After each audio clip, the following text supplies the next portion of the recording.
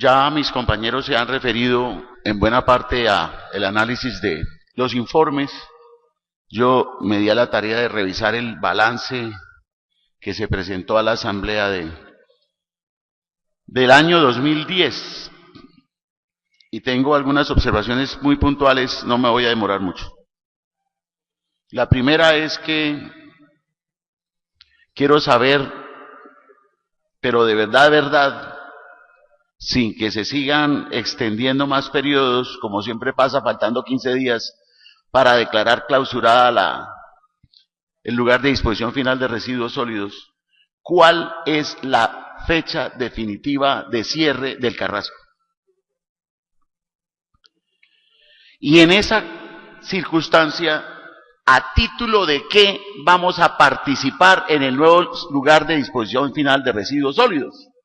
Como socios, como usuarios, como invitados, ¿a título de qué? Porque necesitamos saber. Terminaríamos entregando el manejo de la recolección y la disposición final a otra empresa, o vamos a tener nuestra propia condición de participación en esa empresa de disposición final de residuos sólidos.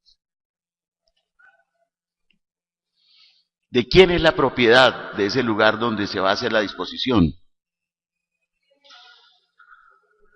¿Cómo garantizar, gerente, que allí, si tenemos participación sobre la propiedad, no incurramos en los mismos errores, como dice la canción, que lamentablemente no se establezcan técnicamente y se cumplan las fichas necesarias para que esto sea un sitio de disposición final y no un basurero?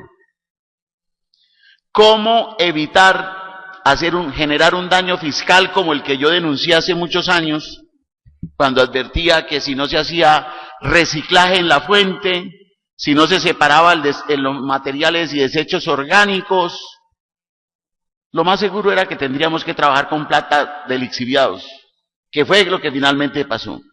Y que queda uno sorprendido de mirar cómo se entrega a vertimiento del agua de las cuencas, de las quebradas, lo que se supone ya está recuperado, pero yo pienso que más bien que de sedimentos y no de contaminación, esos lixiviados que se entregan.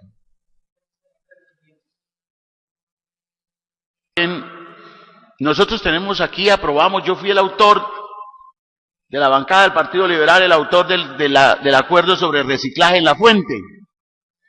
Lo abandonamos, gerente, lo abandonamos, y me parece que es un error craso que no estemos haciendo reciclaje, que no estemos desarrollando la cultura del reciclaje, sea cual sea el lugar de disposición final. Y por supuesto que ojalá no se convierta el sitio de disposición final y sus alrededores en unas áreas de bodegaje para material reciclable como está pasando en el Carrasco. Ya no puede uno pasar porque por todos los lados hay bodegas de almacenamiento de estos elementos. ¿Qué política se va a trabajar para la separación de material reciclado en el sitio de disposición final cuando se determine que no somos propietarios del sitio de disposición y sin embargo tenemos infraestructura para manejarla?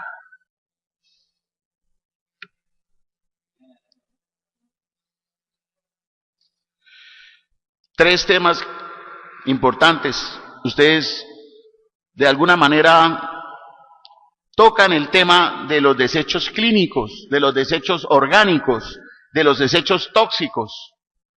¿Cuál es la política y qué es lo que debemos hacer en el Consejo para reglamentarlo? Que nos sugieran qué es lo que hay que hacer. Si hay necesidad de reglamentar el manejo de los desechos tóxicos y la disposición de esos desechos tóxicos, porque la disposición de residuos es competencia de la empresa. De los clínicos, yo no sé, solo que la Secretaría de Salud o cualquier otra instancia del municipio de Bucaramanga se preocupe por mirar técnica y con la técnica necesaria y la seguridad que debe ofrecerle a los usuarios cómo se está haciendo. Y de los orgánicos, se ha hablado mucho, de los materiales orgánicos, cómo se están disponiendo. se está trabajando la incineración, qué se está haciendo y cómo controlar efectivamente la emisión o la polución generada a partir de esta disposición final por incineración.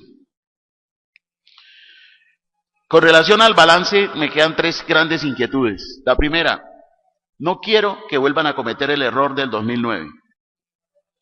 Como conocedor del manejo contable, le quiero decir que la figura utilizada en el año 2009 de valorización me parece un exabrupto, porque nosotros no podemos inflar los balances de una empresa haciendo una valorización cuando sabemos que tenemos que clausurar el carrasco, disponerlo para un parque y luego a quién le vamos a vender esas tierras. Por eso, afortunadamente en el 2010 veo que no hicieron valorización, pero estamos hablando de aproximadamente 1.600 millones de pesos de valorización, si no estoy mal.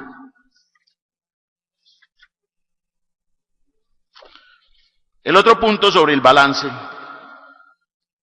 tiene que ver con las cuentas de orden. Podría uno pasar desapercibido el análisis de las cuentas de orden, pero me di a la tarea de mirar en el anexo, la nota 2, y me encuentro con que las cuentas de orden hacen referencia a una cantidad de contingencias que se deben estimar. Y las veía como, por ejemplo, que se estima que para efectos del manejo de la licencia ambiental, yo no sé cuál licencia ambiental, si no somos dueños o si somos dueños del sitio de disposición final de residuos sólidos, se ha calculado 2.190 millones de pesos. Que para atender los litigios, cosa curiosa pero bien extraña de verdad, estamos corriendo unos riesgos, según esto, de tipo judicial, que se estima deban finalmente prever una suma cercana a los 6.120 millones de pesos para efectos de si se pierde el litigio, tengamos cómo pagar esos dineros. Pero además, también se están haciendo unos estimativos por provisiones de deudores de servicios de aseo de valores castigados por la suma de 614 millones de pesos. Eso significa que tenemos unas cuentas de orden en el balance, que suman más o menos 9.000 millones de pesos, 9.000 millones de pesos. Si a mí me preguntaran como financiero, ¿qué opino respecto a esto? Yo diría dos cosas. La primera, que las cuentas de orden son superiores a sus pasivos. Significa que estamos corriendo el riesgo de que en el efecto de que se produzca un castigo y una sanción a la empresa por lo que se está estimando, perderíamos la empresa inmediatamente. Porque duplicaría el pasivo, luego eliminaría el capital o el patrimonio del que hacemos referencia en el balance general. Pero veo otra cosa todavía más delicada. Cuando nosotros hacemos unos estimativos, la política es iniciar unas reservas o unas provisiones para, si eso sucede, poder pagar. Y resulta que en el balance, a pesar de que estamos estimando que se puede llegar a perder 9.000 millones de pesos, no hay una sola provisión que se esté empezando a considerar con recursos reales. No puedo imaginarme que nos lleguen a sancionar y tengamos que hacer un préstamo para pagar la sanción. Ahí sí no tendría ningún sentido. Significa esto que la historia de la administración, y no es usted precisamente, ojalá pueda resucitar la empresa. Pero sí significa que en la historia los gerentes de esta empresa se han equivocado y han manejado con un criterio equivocado las finanzas de la empresa.